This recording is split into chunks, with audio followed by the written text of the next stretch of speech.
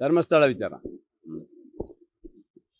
ಧರ್ಮಸ್ಥಳ ನಮ್ಮ ರಾಜ್ಯದಲ್ಲಿ ಒಂದು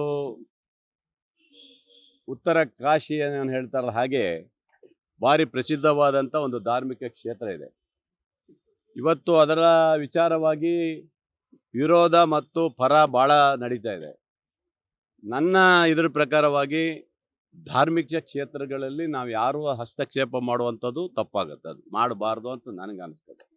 ಯಾಕಂದರೆ ಆ ಕ್ಷೇತ್ರಕ್ಕೆ ಭಾಳ ಜನ ಭಕ್ತಾದಿಗಳು ಮತ್ತು ನಂಬಿಕೆ ವಿಶ್ವಾಸ ಇಟ್ಕೊಂಡು ಹೋಗುವಂಥದ್ದು ನಾವೆಲ್ಲರೂ ನೋಡಿದ್ದೀವಿ. ನನಗೆ ಇವತ್ತು ಅನಿಸಿದ ಪ್ರಕಾರ ಅಲ್ಲಿ ಇವತ್ತು ಸೌಜನ್ಯ ಕೇಸು ಇನ್ನೊಂದು ಕೇಸು ಅಂತ ಹೇಳಿ ಅಲ್ಲಿ ಗೊಂದಲಗಳನ್ನು ಸೃಷ್ಟಿ ಮಾಡೋದು ಇನ್ನೊಂದು ಮಾಡೋದು ಎಲ್ಲ ಮಾಡ್ತಾ ಇದ್ದಾರೆ ಅನ್ನೋ ನನಗೆ ಗೊತ್ತಿದೆ. ಆದ್ದರಿಂದ ನಾನು ಎಲ್ಲ ಎರಡು ಕಡೆಗೂ ಹೇಳೋದಿಷ್ಟೇ, ಪರ ವಿರೋಧ ಹೇಳೋದಿಷ್ಟೇ, ಧಾರ್ಮಿಕ ಕ್ಷೇತ್ರಗಳನ್ನು ಅಪವಿತ್ರ ಮಾಡಲಿಕ್ಕೆ ಹೋಗಬೇಡಿ ಅಂತ ನಾನು ಇವತ್ತು ಕಡ್ಡಾಯವಾಗಿ ನಾನು ಹೇಳ್ತಾ ಇದ್ದೀನಿ. ಯಾಕಂದರೆ ಇದು ನಮ್ಮಲ್ಲಿ ನಂಬಿಕೆ ವಿಶ್ವಾಸ ಇಟ್ಕೊಂಡು ಹಿಂದಿಂದಲೂ ನಾವು ಬಂದಿದ್ದೀವಿ. ಇವತ್ತು ನಾವು ಹಿಂದೆ ಬಾಲ್ಯದಿಂದಲೂ ಸಹ ಆ ಕ್ಷೇತ್ರಕ್ಕೆ ಹೋಗಿ ಬರುವಂಥದ್ದು ಅಲ್ಲಿ ಆ ನಂಬಿಕೆ ವಿಶ್ವಾಸಗಳು ಇಟ್ಕೊಂಡು ಬಂದಿದ್ದೀವಿ.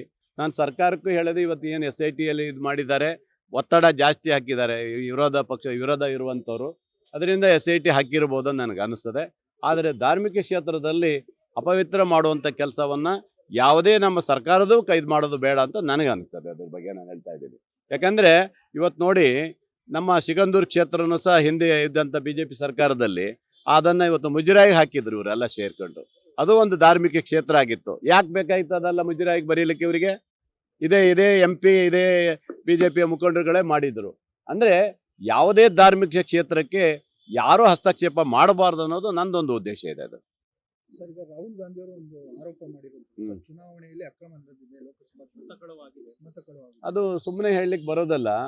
ರಾಜಕೀಯವಾಗಿ ಇವತ್ತು ಮೋದಿಜಿಯವರು ಇಡೀ ದೇಶದಲ್ಲಿ ಏನು ಇವತ್ತು 50 ವರ್ಷದ ತಮ್ಮ ಇತಿಹಾಸದಲ್ಲಿ ಏನು ಮೊನ್ನೆ ಇಂದಿರಾ ಗಾಂಧಿಯವರು ಏನು ತುರ್ತು ಪರಿಸ್ಥಿತಿ ತಂದು ಭಾರಿ ಇದು ಮಾಡಿಬಿಟ್ಟು ತಮ್ಮ ರಾಜಕೀಯಕ್ಕೆ ಇದು ಮಾಡಿಕೊಡ್ರು ಅಂತೇಳಿ ಇವ್ರು ಏನು 50 ವರ್ಷದ ಸಂಭ್ರಮಣೆ ಮಾಡಿದಾರಲ್ಲ BJPಯವರು, ಇವತ್ತು ಮೋದಿಜಿಯವರು ಏನು ಮಾಡ್ತಾ ಇದ್ದಾರೆ?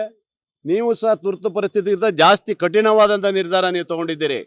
ಈ ದೇಶದಲ್ಲಿ ED IT CBIಗಳ ಮೂಲಕ ದೇಶದ ಎಲ್ಲ ವಿರೋಧ ಪಕ್ಷವನ್ನು ದಮನ ಮಾಡುವಂಥ ಕೆಲಸವನ್ನು ನೀವು ಮಾಡಿದ್ದೀರಿ. ಇದು ಸಹ ಒಂದು ಇತಿಹಾಸ ಅಲ್ವಾ ಅವ್ರು ಮಾಡಿರೋದು? ಯಾವ ಇಂದಿರಾ ಗಾಂಧಿಯವರು ಮಾಡಿದ್ದು 50 ವರ್ಷದ ಏನು ಹಿಂದೆ ಆಗಿರುವಂಥ ಎಮರ್ಜೆನ್ಸಿನೇ ಭಾಳ ಹೇಳ್ತಿರಲ್ಲ, ಇದು ಅಷ್ಟೇ ಅಸ್ತ್ರವನ್ನು ಬೆಳೆಸ್ತಾ ಇದ್ದಾರೆ ಇವತ್ತು. ಅದರಿಂದ ಚುನಾವಣೆ ಇದರಲ್ಲೂ ಸಹ ಆಗಿಲ್ಲ ಅಂತ ಹೇಳಕ್ಕೆ ಪ್ರಶ್ನೆನೇ ಇಲ್ಲ. ಖಂಡಿತ 100ಕ್ಕೆ 100 ಆಗಿರ್ತದೆ, 100ಕ್ಕೆ 100 ಆಗಿರ್ತದೆ. ಅದಕ್ಕೋಸ್ಕರ ಮಾನ್ಯ ರಾಹುಲ್ ಗಾಂಧೀಜಿಯವರು ಏನು 8ನೇ ತಾರೀಕು ಬರ್ತಾ ಇದ್ದಾರೆ ನಾಳೆ, ಆ ಕಾರ್ಯಕ್ರಮವನ್ನು ನಾವು ಇವತ್ತು ಹಮ್ಮಿಕೊಂಡಿದ್ವಿ. ಖಂಡಿತ ಅದು ಮಾಡಲೇಬೇಕಾಗುತ್ತೆ. ಇವತ್ತು ವಿರೋಧವಾಗಿ ನಾವು ಮಾಡಲೇಬೇಕಾಗುತ್ತೆ. ಪ್ರತಿಭಟನೆ ಮಾಡ್ತಿರಲ್ಲ ಸರ್, BJPಯವರಿಗೆ ಅವ್ರಿಗೆ ಏನು ಪ್ರತಿಭಟನೆ ಮಾಡ್ತಾರೆ ಅವರು? ನಾವು ಹೆಂಗೋ ಮತವನ್ನು ಕಳ್ಳ ಮಾಡಿಕೊಂಡು ನಾವು ದೇಶದಲ್ಲಿ ಅಧಿಕಾರ ಹಿಡಿದೀವಿ ಅಂತ ಮಾಡ್ತೀರಾ? ಎಲ್ಲಿ ಇತ್ತು ಅವರಿಗೆ? ಅದೇ ಮೋದಿಜಿಯವ್ರು ಹೇಳಿದ್ರೆ ನಮ್ಗೆ ಇಷ್ಟು ಬರ್ತದೆ, 400 ಸೀಟ್ ಮೇಲೆ ಬರ್ತದೆ ಅಂತ ಲಾಸ್ಟಿಗೆ ಎಲ್ಲಿ ಹೋಗಿದ್ರು ಅವರು? ಇವತ್ತು ಚಂದ್ರಬಾಬು ನಾಯ್ಡು ಮತ್ತು ಬಿಹಾರದ ನಿತೀಶ್ ಕುಮಾರ್ ಇಲ್ಲ ಅಂತ ಹೇಳಿದ್ರೆ ಇವತ್ತು ಏನು ಇರಲಿಲ್ಲ ಅವರು, ಅಲ್ವಾ? ಅಂದರೆ ನಡೆದಿದೆ, ಕಳ್ಳ ಮತದಾನ ನಡೆದಿದೆ.